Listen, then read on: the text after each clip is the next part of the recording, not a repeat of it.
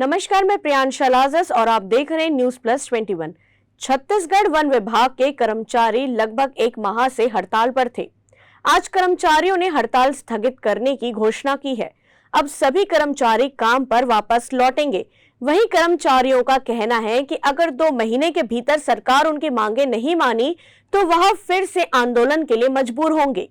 आपको बता दें कि वन कर्मचारियों की हड़ताल पर होने से जंगल में आग लगने की घटनाएं बढ़ गई थी। वन्य जीवों से लेकर वनस्पतियों को भी इससे काफी नुकसान पहुंच रहा था। इसलिए राज्य सरकार अब कर्मचारियों पर एजमा लगाने की तैयारी कर रही थी। प्रदेश भर के करीब 10,000 वन कर्मचारी अपनी 12 सूत्री मांगों को लेकर 21 मार्च से अनिश्चितकालीन हड़ताल पर थे। प्रदेश भर के कर्मचारी अपने अपने जिला मुख्यालय में धरना दे रहे थे, जबकि वन कर्मचारियों की 7 मांग पूरी हो चुकी है। बाकी मांगों को लेकर हड़ताल जारी था।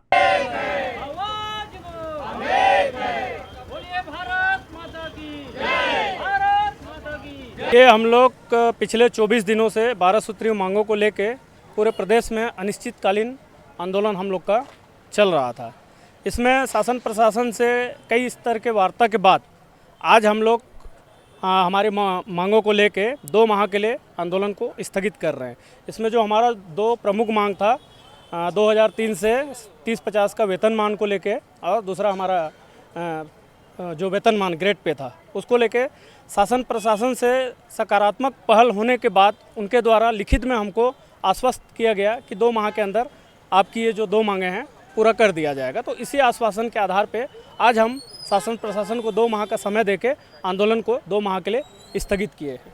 ऐसे ही तमाम जानकारियों से लगातार अपडेट रहने के लिए देखते रहिए न्यूज प्लस 21, आपके हक की बात।